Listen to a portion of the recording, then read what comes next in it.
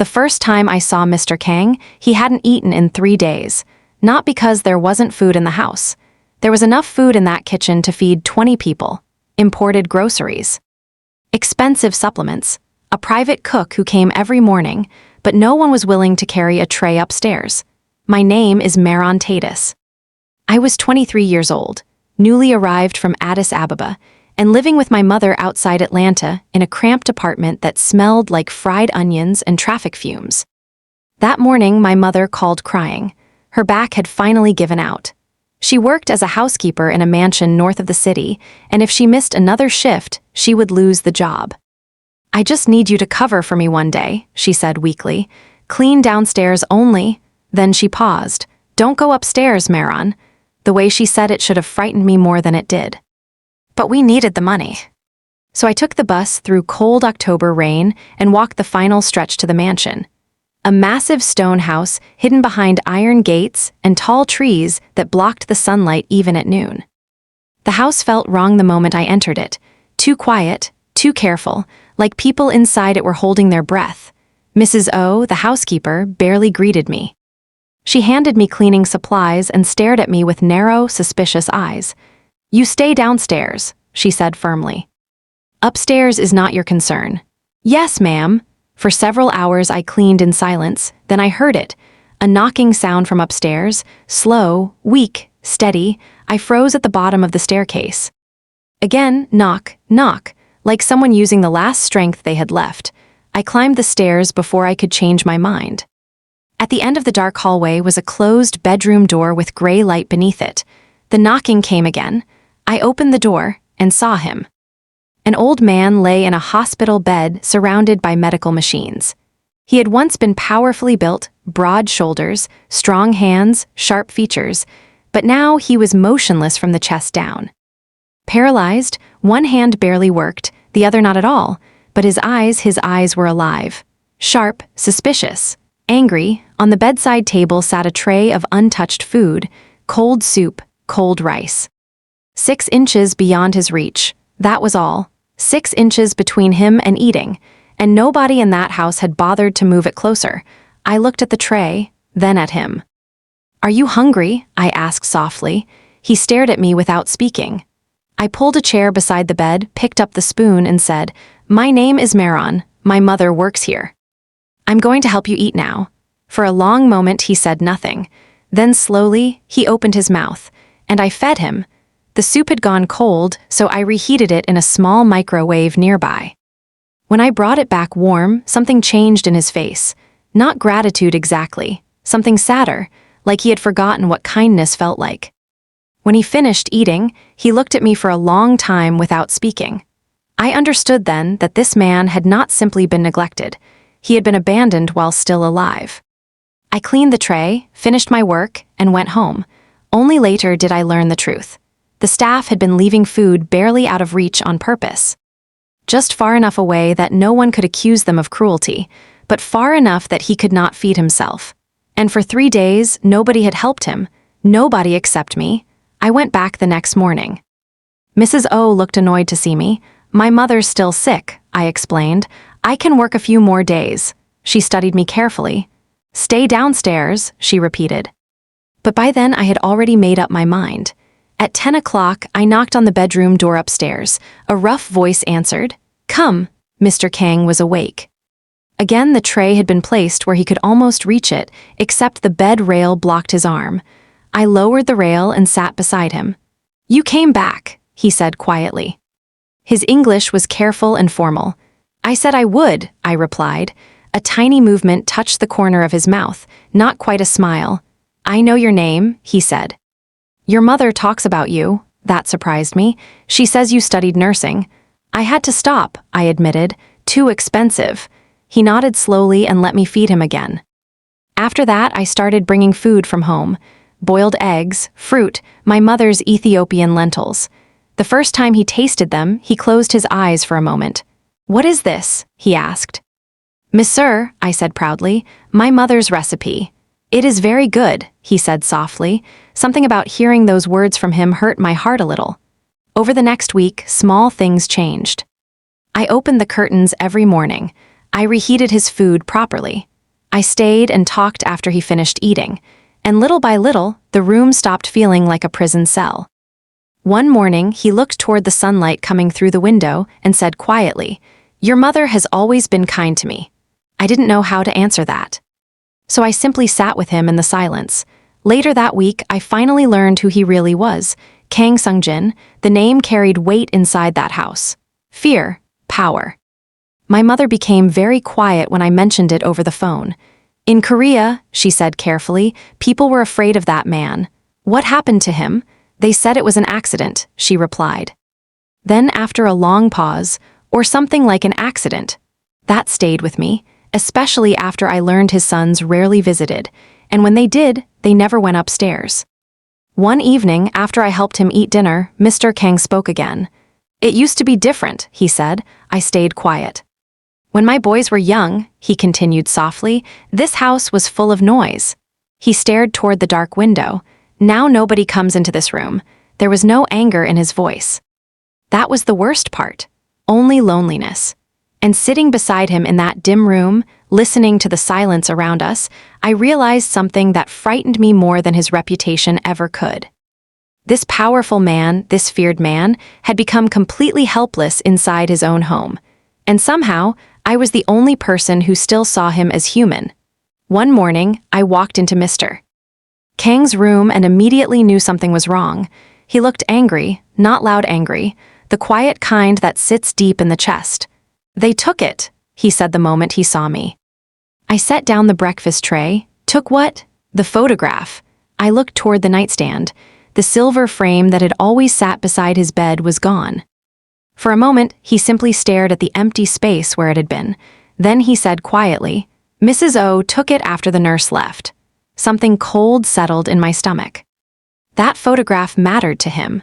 I had seen him looking at it almost every day, a younger woman smiling beside two little boys, his family, or at least the memory of one. "Did she tell you why?" I asked. Mr. Kang gave a bitter little shake of his head. "She doesn't explain things to me anymore." The way he said it hurt more than if he had shouted, not anger.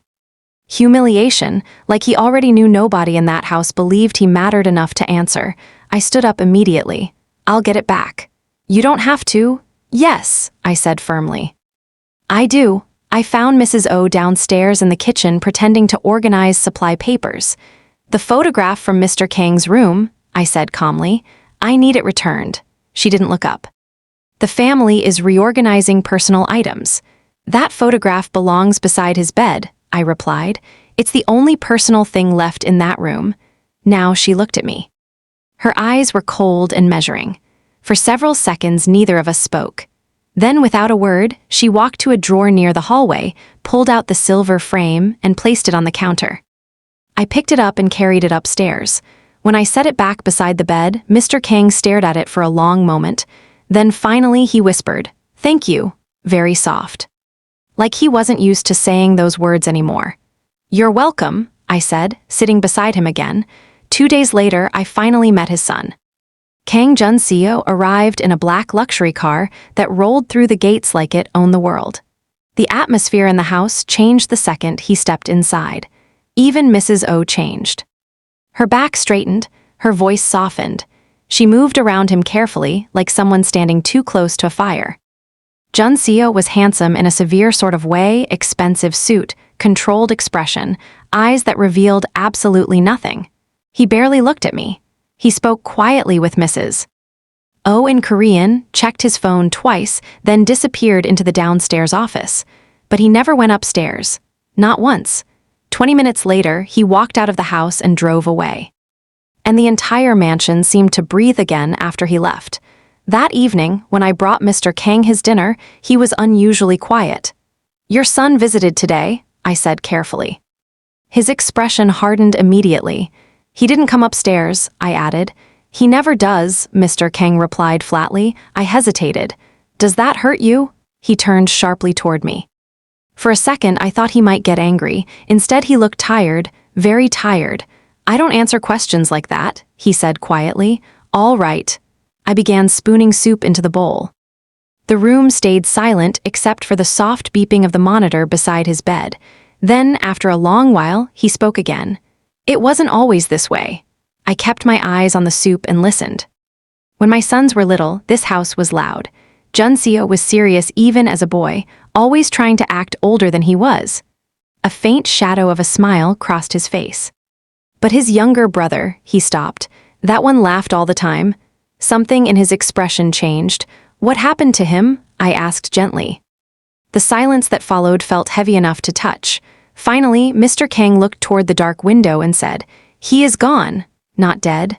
Gone." I understood that immediately. And somehow, the sadness in his voice frightened me more than all the stories about his power ever had. Because for the first time, I realized something important. The most dangerous thing in that house was not the old man trapped in the bed upstairs. It was the family waiting downstairs for him to die. Jun-seo's wife arrived on a Wednesday. Her name was Yuna. She was elegant and controlled in the way of someone trained from childhood to express nothing inconvenient. She came ostensibly to review household management, spending most of her time in the lower rooms going through receipts with Mrs. O. But before she left, she found me in the upstairs hallway. She looked at me the way you look at something discovered in a place it shouldn't be. "You're the maid's daughter," she said. "Yes. You've been going into Mr. Kang's room. Someone needs to make sure he's eating properly," I said. Something moved across her face. Not guilt exactly, more like impatience at being reminded guilt exists. "He has a nurse. The nurse comes for 30 minutes in the morning," I said. "Mr. Kang is in that room for 24 hours. Her jaw tightened fractionally. "You're a cleaner. I'm a person," I said, "and so is he." She held my gaze for a moment, and in that moment, something unexpected happened. The composed surface of her face cracked slightly, just slightly, and underneath it I saw not cruelty but something more complicated. Something that looked almost like grief that had been managed into anger and then managed further into cold control. She walked past me without speaking. But at the top of the stairs, she paused with her back to me and said, quietly, to no one in particular, "Be careful in this house." Then she went down the stairs. And I stood in the hallway, wondering whether that had been a warning or a threat, and concluded it was probably both. There came a Tuesday when I arrived to find the house carrying a different kind of tension. Denser, more carefully arranged, the way air feels before a storm when everything goes slightly still. I was setting up the lower hall when I heard Mrs. O's voice in the back office, not raised, but tight, the words clipped and fast in Korean into the house phone. I caught one phrase she said twice, which my mother later helped me translate precisely. "Before he speaks to anyone outside." I stood very still in the hallway. "Before he speaks to anyone outside." I finished my downstairs work without hurrying. Then I went upstairs. Mr. Kang was awake, and for the first time, he did not wait for me to begin. Before I had even pulled the chair close, he said, "Where is my phone?" I looked at him. "Your phone?" "My personal phone, the cell phone."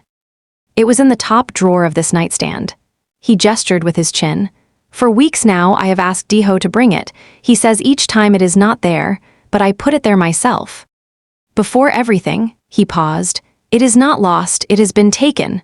I opened the drawer, empty except for a medical supply pamphlet. I sat down, I thought about the phrase I had heard. "Before he speaks to anyone outside." "Has anyone asked you to sign anything recently?" I said carefully. "Any documents?" He looked at me sharply. "Why do you ask this?" "Because I need to know," I said. "Has anyone brought you papers, legal documents?" A long pause. His right hand moved against the blanket. "Before you started coming," he said slowly, "Mrs. O brought some papers. She said it was routine estate planning. She said a notary would come."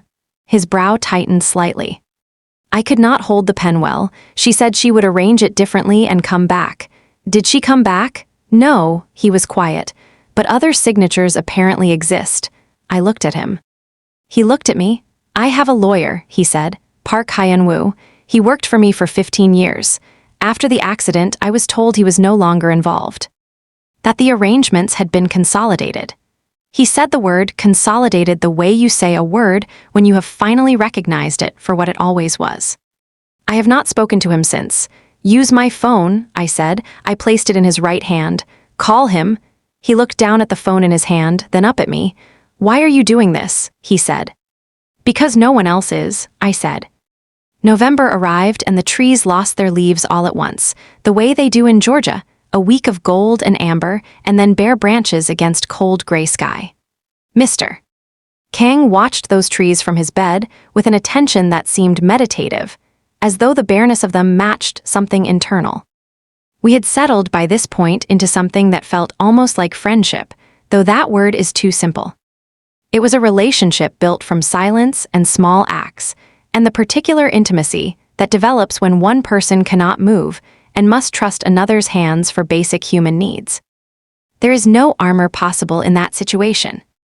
When someone feeds you, adjusts your position, opens your curtains, sits beside you in the long afternoon without needing anything in return, that person sees something that cannot be hidden. He had started talking, not consistently, not easily, but genuinely. He told me about Busan. About growing up in a port city where the water was gray and the streets were working class, and the ambition that grows in people who are told early and often that they are not enough. His father had been a fisherman. They had been poor, not poor in a gentle, photogenic way. Poor in the way that marks you permanently, that leaves something behind even when the poverty itself is gone. I built everything from that, he said one afternoon. Rain against the windows, making the room feel smaller and more private than usual. I told myself it was for my family, that everything I did was necessary. For the people who depended on me, he paused. That is the story I told myself for 40 years. I do not know anymore if it was true. What changed? I asked. This, he gestured at the bed, the stillness, the room. When you cannot move, you have nothing to do but think. And when you think for long enough, the stories you have told yourself become transparent. You begin to see through them. What do you see through them? I asked. He looked at the window. A man who was afraid, who built walls his entire life and called them power. A long quiet. The rain came steadily down. My wife, he said. Jisoo, she died 12 years ago, cancer. He paused.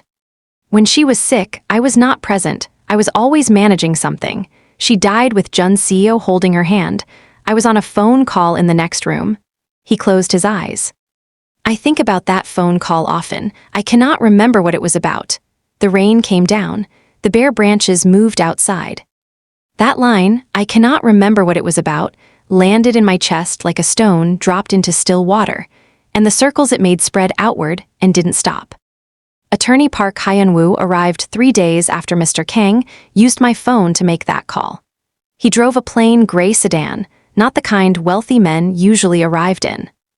A young woman from his office came with him carrying legal files and a recorder. At the front gate, Jun Seo's security men tried to stop them, but Mr. Park had already made it clear that morning, politely and professionally, that interfering with access to his client would create a legal disaster no one in that family wanted. So the gates opened. I led him upstairs. The moment Mr. Park saw Mr. Kang lying in that hospital bed, he stopped walking.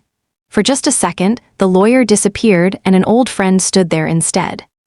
Then he crossed the room quickly and sat beside the bed, speaking softly in Korean. I stayed near the doorway while the two men talked. Even without understanding the language, I could feel the weight in the room: shock, grief, loyalty, regret. The kind of emotions older men rarely allow themselves to show. After several minutes, Mr. Park turned toward me. You are Maron, he said. Yes. Mr. Kang told me about you. He paused. Thank you for not abandoning him. I glanced at Mr. Kang.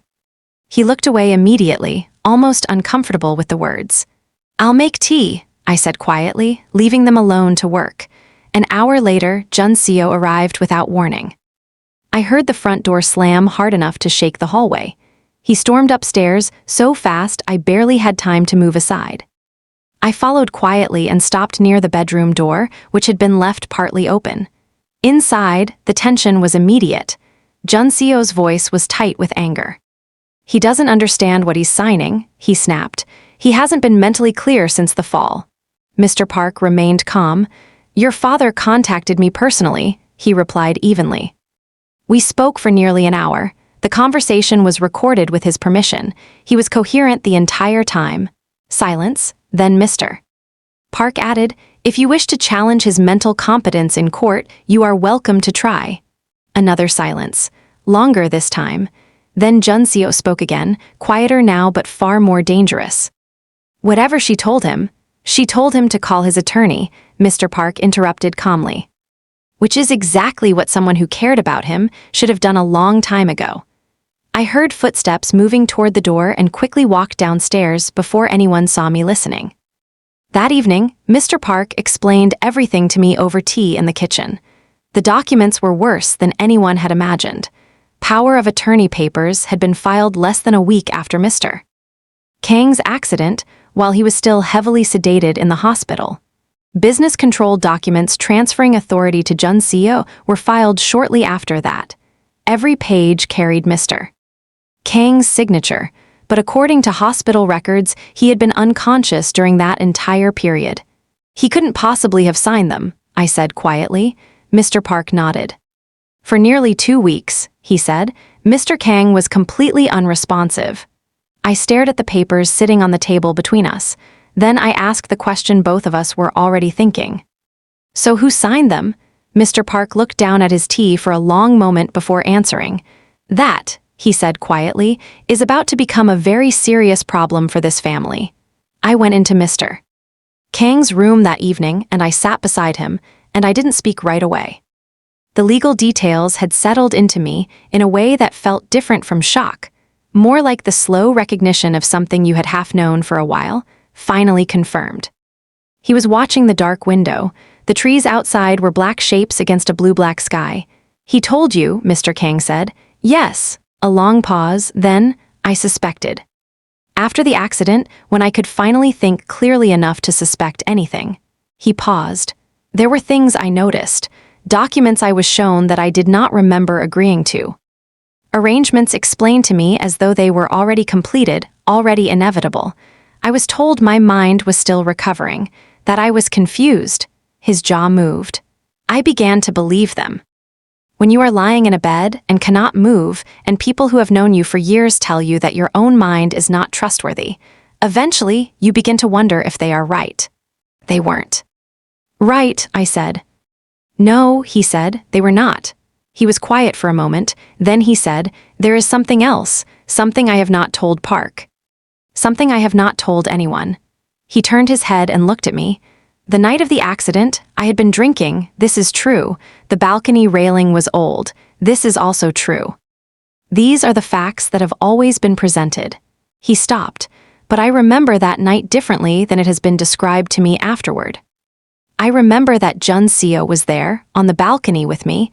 I remember a conversation. I remember the specific feeling of the railing beneath my hand. He paused. And then I remember nothing.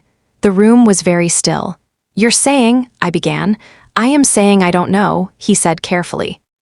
I am saying that a man who had already moved to take control of everything before my body had even left the hospital.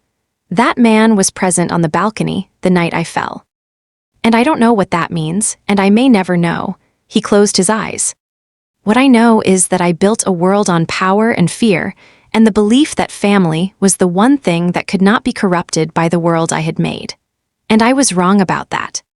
And that wrongness has cost me more than the paralysis, more than any of it. I sat with him in that silence. There are moments when language would be an intrusion. When the only right thing is presence.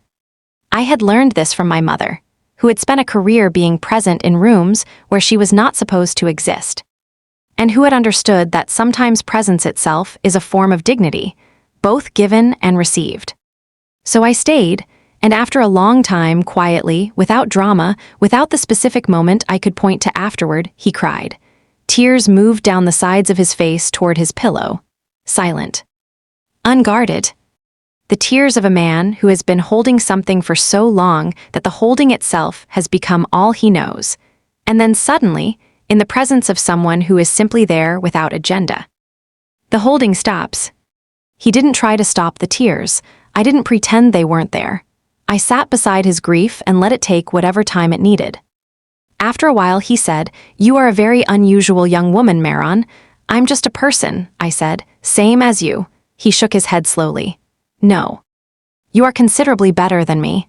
Maybe, I said, but you're still a person. And that's enough to start with. Jun Seo returned 2 days later, and this time he didn't bother pretending to be calm. His black car came through the gates fast. 2 men stepped out behind him and stayed near the front entrance like bodyguards sent to make a point. A few minutes later, he found me upstairs. "You will stay away from my father," he said coldly. "That's not your decision," I replied. "This is his house." Jun Seo stared at me. "It's my house now," he said. The words hung in the hallway for a moment. Not because he meant to confess anything, but because men like Jun Seo were so used to power, they sometimes forgot when they were saying the quiet parts out loud. I kept my voice calm. "There are lawyers and doctors deciding that right now," I said. "And if anything happens to Mr. Kang while this investigation is going on, people are going to ask questions." His eyes narrowed. "I'm just a cleaner's daughter," I continued. "I don't have money or power to lose. If something happens to that man upstairs, I will tell everyone exactly what I saw in this house." For the first time since I had met him, something cracked in Jun Seo's expression. Not anger. Something smaller, something dangerously close to shame. Then he turned and walked away without another word. Mrs. O disappeared that same night. The next morning her keys sat in an envelope on the kitchen counter. Her closet was empty. Her car was gone. She had left quietly, sometime before dawn. I stood in the kitchen staring at the envelope for a long time. Part of me had expected a confrontation someday, an apology, an explanation, for the trays left out of reach, for the stolen photograph, for helping turn a living man into a prisoner inside his own home. But instead, she simply vanished. And somehow that felt sadder. In the end, she chose escape over accountability. I finally picked up the envelope, set it aside, and turned on the kettle for Mr. Kang's tea, because whatever storm was coming for that family had already begun. Mr. Kang's younger son arrived from California 3 days later. He came alone in a rental car. No bodyguards, no expensive suits, just a tired-looking man carrying years of regret on his face. I heard him calling for his father before I even saw him. When he reached the bedroom doorway, he stopped and looked at me. "You're Maron," he said quietly. "Yes, my father told me about you." His eyes softened slightly. "He said a young woman walked into that room and refused to be afraid of him. I fed him breakfast," I said. A tired smile crossed his face. "He also said you're stubborn." "He's not wrong," I replied. For the first time in days, someone in that family laughed, only a little, but enough. I stepped aside and let him enter the room alone. Then I went downstairs and gave them privacy. For nearly 2 hours I stayed in the kitchen making tea. I barely drank, listening to the muffled sound of 2 men trying to find each other again after years of distance. When Min-jun finally came downstairs, his eyes were red. I placed a cup of tea in front of him without asking. For a long moment he just sat there holding it. Then finally he spoke. "I knew something was wrong after my father's accident," he admitted quietly. "The documents, the signatures, the way Jun Seo took control so quickly." He looked down at the table. "When I questioned him, he threatened me, so I left for California and stayed quiet." "You were afraid," I said gently. "Yes," his voice cracked slightly. "And I've hated myself for it ever since." I shook my head. "Your father doesn't hate you." Min-jun looked up at me. "He told me today that he understands what fear makes people do," he said softly. "He said he spent most of his life making other people afraid." He paused. "He's changed." I thought about the frightened, starving man I had first found upstairs. Then I thought about the man who now waited every morning for sunlight, tea, and conversation. "He was always human," I said quietly. "People just forgot." Min-jun sat silently for a moment before asking, "How did you see that the first day?" I thought about it honestly. "I didn't," I admitted. "I just saw a hungry old man." And somehow, that answer seemed to break his heart more than anything else. The legal proceedings moved slowly, as these things always do. The forged signatures became a formal matter. A forensic document examiner was retained. Jun Seo retained his own lawyers and his composure and his well-pressed suits, and presented a face to everything that was impossible to fully read. A guardianship was established with Min-jun as primary authority over his father's personal care and decisions, while the financial matters were resolved through proper channels. Yoona came to the house one last time during this period. She came alone, without Jun-seo, without announcement. She asked to speak with me, which surprised me enough that I agreed. We sat in the kitchen. She had lost some of her perfect composure. Not all of it, she had been trained too well for that, but some. There were shadows under her eyes that her careful makeup didn't fully cover. "I want you to know," she said, "that I did not know about the documents. About what was done while he was unconscious." She paused. "I knew that Jun-seo was managing things aggressively after the accident. I told myself that was his right. That his father would have wanted it." She looked at her hands on the table. "I told myself many things. I didn't speak.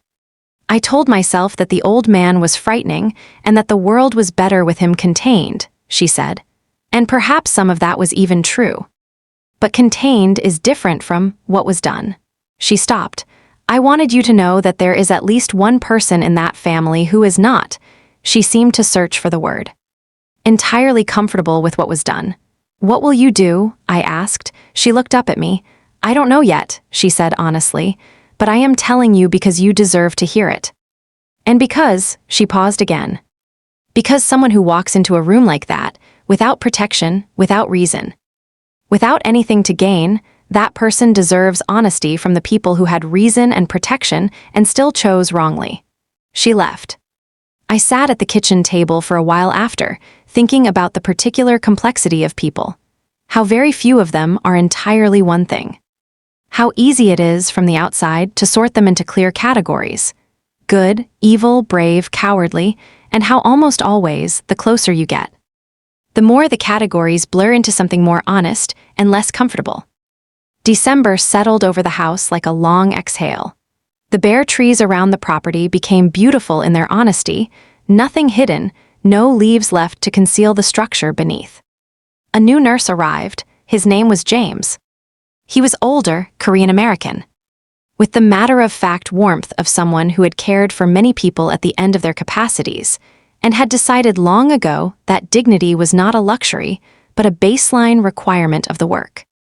He spoke to Mr. Kang as a person. He made eye contact. He asked questions and waited for real answers.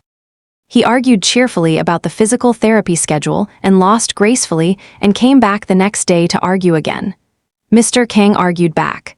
I took that as the best possible sign. Min-jun flew back to California but returned every 2 weeks. He called every other day. Slowly, quietly, the house began to change in its atmosphere.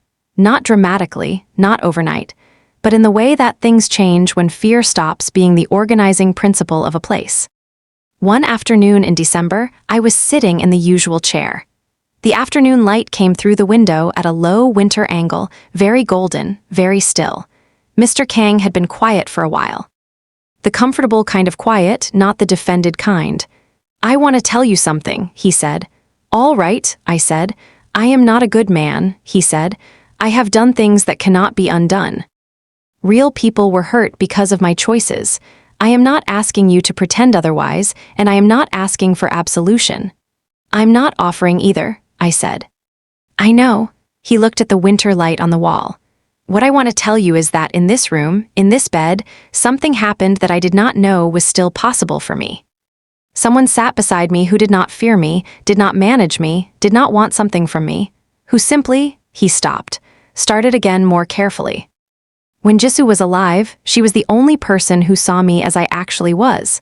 Not the power, not the reputation, just the man underneath all of it. When she died, I believed that was finished. That I had used up whatever I had been given of that kind of being known." He paused. "I was wrong, and I want to say that clearly.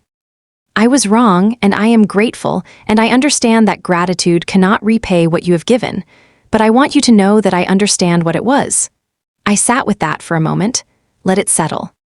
"My mother always said," I told him finally, "that the way you treat someone when they have no power tells you everything about who you really are. You were powerful for most of your life.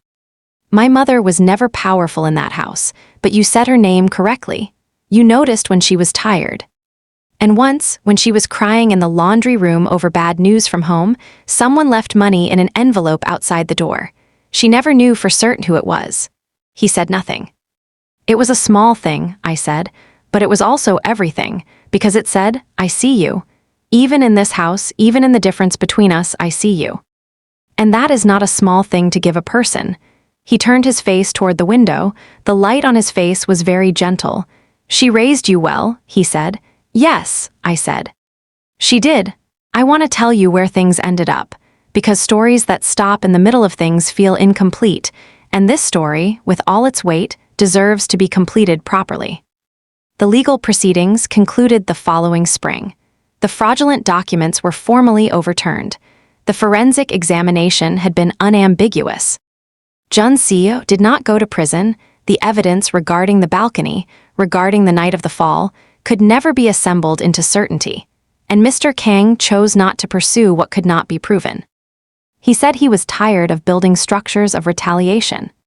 He said the old way had led him to a room he couldn't leave, and he was not interested in building anything else with those particular materials. Jun Seo and his father are not reconciled. Some harm exceeds what a single lifetime can bridge, but they are no longer at war. Sometimes that is the best that can be managed, and sometimes that is enough. Yuna filed for divorce 8 months after our kitchen conversation. I don't know what she did with what she knew, or what choices she made in the privacy of her own conscience. But she left, and in leaving, she took herself out of the story in a way that felt, to me, like its own kind of accounting. My mother still comes to the house, though less often now and more gently. Her back has never fully recovered. Mr. Kang has instructed James firmly that when Tigist visits, she is to sit in the good chair in the library and drink proper tea. And that anyone who gives her a cleaning task will answer for it personally. My mother finds this both mortifying and deeply pleasing. She comes twice a week. And me, I enrolled in a nursing program here in Georgia. Mr. Kang, through Mr. Park, arranged a scholarship, handled quietly and without drama. I argued with him about accepting it for 3 full weeks. He listened to every argument with the patience of a man who has decided he is right and is simply waiting for the conversation to arrive at that conclusion. Finally, he said, "You are becoming a nurse because it is what you are called to do. I have resources I did not earn honestly. Let something good come from them. And please stop arguing with a paralyzed old man, Maron. It is deeply inefficient, and also you are going to lose." I accepted the scholarship. I still visit. Less often now because of school, but I visit. I sit in the chair beside his bed. Sometimes we talk, sometimes we don't. Sometimes I bring my mother's masseur, and he eats it slowly, with that same careful attention he gave it the very first time, as though each bite deserves to be considered. As though nourishment, when it comes from someone who means it, deserves that kind of respect. People ask me sometimes, fellow students, friends, anyone who hears pieces of this story, they ask me how I felt about him, what he was to me. How I could care for someone with that kind of history. I always think carefully before I answer, because the question deserves honesty, and honesty here is complicated. Kang Sung-jin was a powerful man who caused real harm in the world. That is true. The fear people had of him was not invented. Somewhere there are people carrying wounds that his choices gave them, and those wounds are real and they matter. I also walked into a room and found a human being lying in the dark, unfed, his one photograph taken from his nightstand, his phone removed from his drawer. Reduced by the very people who owed him the most to a body in a bed that no one was willing to touch. And I was not able to walk past that. I am not built to walk past that. What I have come to understand, slowly, imperfectly, still, is that compassion does not require perfect recipients. The decision to feed someone, to open their curtains, to sit beside them and stay, that decision belongs to the person who makes it. It is not a verdict on the person who receives it. It does not erase what they have done. It simply says, you are still here, and while you are still here, you are still a person.